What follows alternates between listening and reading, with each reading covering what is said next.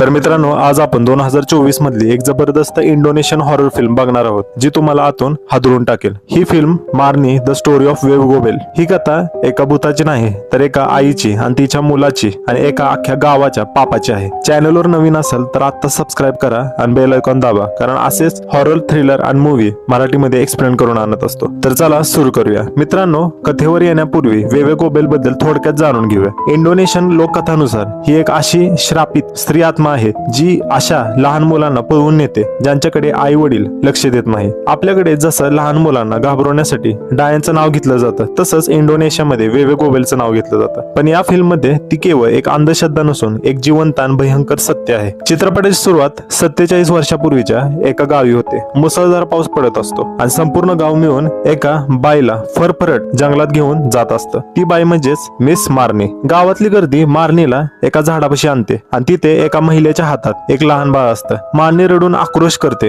माझं मूल मला परत द्या. पण क्रूर गावकरी तिचं काहीच ऐकत नाहीत. शेवटी मार्नी रडत रडत गावाला श्राप देते, आज मला जे दुःख होतंय ते दुःख तुम्हालाही मिळेल आणि तुमची ही मुलं तुमच्यापासून अशीच दूर होतील. त्यानंतर गावकरी मार्नीला त्याच झाडावर गळफास देऊन मारून टाकतात. पण मार्नीचा आत्मा, तिचा राग आणि तिचा श्राप आजही त्या जंगलात जिवंत असतो. आता कथा थेट आजच्या काळात म्हणजे 2024 साली येतो. रायू नावाची एक तरुण आई आपल्या 2 मुलांसह याच गावात राहायला येते. ती एका इन्व्हेस्टमेंट कडून आपल्या बिझनेस साठी फंडिंग मिळवायला इथे आली आहे. तिने गावाचा मुख्य म्हणजेच बादरी याचं घर भाड्याने घेतलं होतं. रायूची 2 मुलं आहेत, अनिशा आणि आन. अनिशा मोठी मुलगी जी घराची आणि लहान काळाची काळजी घेते, आणि आन लहान मुलगा जो एक स्पेशल चाइल्ड म्हणजे शारीरिक आणि मानसिक दृष्ट्या विकसित झाला नसतो. रायू तिच्या नवऱ्यापासून वेगळी झाली आहे आणि कर्जामुळे सतत टेन्शन मध्ये असते. अनिशा जेव्हा नवीन घर बघायला जाते तेव्हा तिला घराच्या खोल्यांमध्ये विचित्र ताईत लटकवलेली दिसतात आणि एका कपाटातून तिला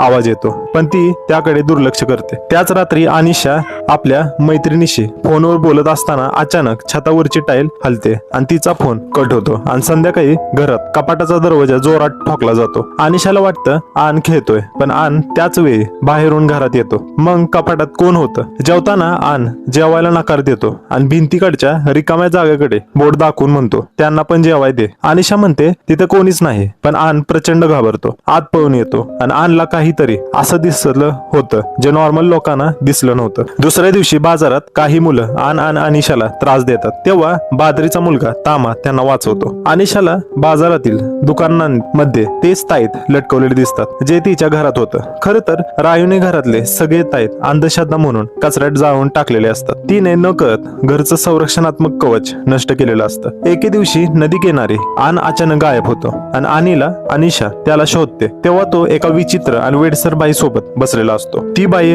आनच्या डोक्यावर फुलांचा मुकुट घालत असते. अनिशा घाबरून आनला घरी घेऊन येते. त्याच रात्री घराच्या दरवाजावर कोणीतरी थापा मारतं. आन की होल मधून बाहेर बघतो तर बाहेर एक बाई उभी असते. तो घाबरून मागे होतो, पण दुसऱ्याच क्षणी अनिशाला दिसतं की आन घरात नाहीये. तो बाहेर त्या बाईलाच अनिशा समजून मिठी मारून उभा आहे. ती बाई दुसरी कोणी नसून मार्नी असते. बादरी आता अनिशा आणि रायूला या गावाचा काळा इतिहास सांगतो. 47 वर्षापूर्वी मार्नी नावाची एक गरीब आणि चांगल्या मनाची स्त्री या गावात ज्यूस विकायची. एकदा बादरीचा भाऊ जांत आणि त्याचे मित्र जंगलात मार्नीला एकटी गाठतात आणि तिच्यावर अत्याचार करतात. जांत तिला टोमणा मारतो की तुझ्या कुटुंबाने माझ्या बापाकडनं कर्ज घेतलं होतं, म्हणून माझ्या बापाने तुझ्या आईवर हेच केलं होतं आणि आता मी तुझ्या समोर हेच करतोय. या आघातामुळे मार्नी मानसिक संतुलन गमावते आणि वेड्यासारखी गावात भटकू लागते. समाज तिला न्याय देण्याऐवजी तिच्यावर हसू लागतो आणि अशाच एका काळ्या रात्री मार्नी जंगलात एका मुलाला जन्म देते आणि त्याच रात्री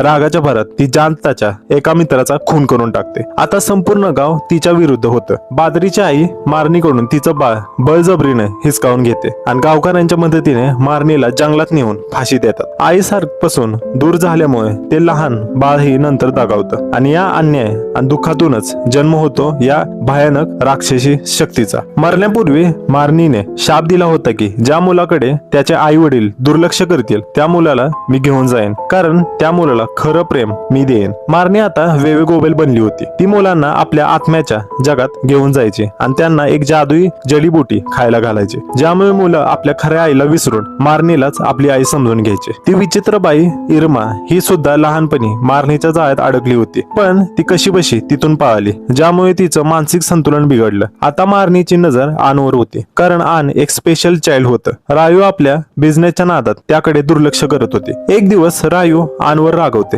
आणि त्याला शिक्षा म्हणून घराबाहेर उभं करते. अनिशा बाजारात गेलेली असते आणि रायू आपल्या कामात व्यस्त असते. घराबाहेर एकटी मारणी आनकडे बघत उभी असते आणि अनिशा जेव्हा घरी परत येते तेव्हा तिला आन कुठे दिसत नाही. ती पूर्ण गाव शोधते. बादरीच्या बोलण्यावरून तिला समजून जातं की आनला वेवे गोबेल म्हणजेच मारणी घेऊन गेली आहे. अनिशा रागाने रायूवर ओरडते, तू पैशाच्या नादात आनकडे कधीच लक्ष दिलं नाही. आणि रायू रडत तिची हातबलता सांगते की ती एकटी जीव वाचवून कर्ज फेडण्याचा प्रयत्न करते आणि दोघींच्या जागी दोन्ही खऱ्या होत्या. पण या सगळ्यात निष्पाप आन बळी पडला. गावातले सगळे लोक एकत्र येतात आणि थाया ड्रम वाजवत गावाला प्रदक्षिणा घालतात आणि आश्चर्य म्हणजे आन जंगलाबाहेर परत येतो. सगळे खुश होतात, पण तामाला काहीतरी गडबड वाटते. लवकरच त्याचे संकेत दिसू लागतात. अनिशा अचानक मारणीची अंगाई गीत गाऊ लागते. एका रात्री रायूला दिसतं की अनिशा खोलीत आन सोबत खेळते, पण त्याच वेळी खरी अनिशा बाहेरून घरात येते. म्हणजेच अनिशावर मारणीने ताबा घेतला होता. मारणी आता अनिशाच्या शरीरात शिरली होती. अनिशाची मैत्रीण पॉप गावात येते. पॉप ही साधी मुलगी नसते, तिला अलौकिक गोष्टी दिसतात. तिच्याकडे एक पवित्र वस्तू असते ज्याने ती भूतांशी लढू शकते. ती गावात येताच एका भूताचा अंत करून टाकते. पॉप जेव्हा इरमाला स्पर्श करते तेव्हा तिला एक विजन दिसतं की मारणी मुलांना कुठे लपवते आणि पॉपला समजतं की अनिशाच्या शरीरात मारणी आहे. रात्री मारणी अनिशाच्या रूपात पॉपवर हल्ला करते आणि तामा तिला वाचवायला येतो. तेव्हा मारणी तामावर हल्ला करते. तामा मारणीचे हातपाय कापतो, पण ते पुन्हा उगवून येतात. मारणी अमर झाली होती. शेवटी पॉप आपल्या पवित्र रॅलिकने मारणीला तात्पुरतं दूर करते. मारणी पुन्हा परत येते. अनिशाच्या शरीराचा ताबा घेऊन बादरी आणि तामावर हल्ला करते. रायू प्रचंड घाबरून आनला घेऊन एका खोलीत लपते, पण मारणीने आनला आधीच ती जडीबुटी दिली असल्यामुळे आन रायूला म्हणते, तू माझी आई नाहीस, मला माझ्या खऱ्या आईकडे जाऊ दे. हे ऐकून रायूचं हृदय तुटतं आणि मारणी खोलीत येते आणि आनला घेऊन जाऊ लागते. रायू मारणीच्या पाया पडते आणि म्हणते, मी माझ्या मुलावर खूप प्रेम करते, मला त्याच्याशिवाय जगता येणार नाही. तुलाही कोणी समजून घेतलं नव्हतं, मलाही कोणी समजत नाहीये. मारणी क्षणभर थांबते आणि रायूला जवळ घेते आणि म्हणते, तुझी आई कमजोर नव्हती रायू. पण हे सांगणं असतानाच मारणी आपला हात रायूच्या पोटातून आरपार घालते आणि रायू तिथेच शेवटचा श्वास घेते आणि मारणी आनला घेऊन निघून जाते. रायूच्या मृत्यूनंतर अनिशा, तामा आणि पॉप तिच्या कबरीपाशी उभे राहतात. अनिशा रडत शपथ घेते की ती मारणीच्या जगात जाऊन आपल्या भावाला नक्की परत आणेल आणि पॉप सांगते की मारणी मुलांना त्या जंगलातील मुख्य झाडापाशी लपवून ठेवते. म्हणजेच आन अजूनही जिवंत आहे, पण मारणीच्या संमोहनात. अनिशा, तामा आणि पॉप आता मारणीच्या जगात जाऊन सर्व मुलांना सोडवण्याचा निर्धार करतात. फिल्मच्या शेवटी एक पोस्ट क्रेडिट सीन आहे. त्यात दिसतं की एक लहान मुलगा त्याच झाडापाशी खेळत असतो आणि मारणी हळूच त्याच्या मागे उभी राहते आणि याचा अर्थ मारणी थांबलेली नाही, ती अजूनही मुलांना पळवते आणि लवकरच भाग 2 येणार आहे. तर मित्रांनो, ही होती मारणीची भयंकर आणि तितकीच दुःखद कहाणी. तुम्हाला काय वाटतं, मारणी खरंच विलन होती की ती परिस्थितीची बळी होती? कमेंट मध्ये नक्की सांगा. व्हिडिओ आवडला असेल तर लाईक करा, शेअर करा आणि सबस्क्राईब करायला विसरू नका. चला भेटूया पुढच्या व्हिडिओमध्ये. बाय.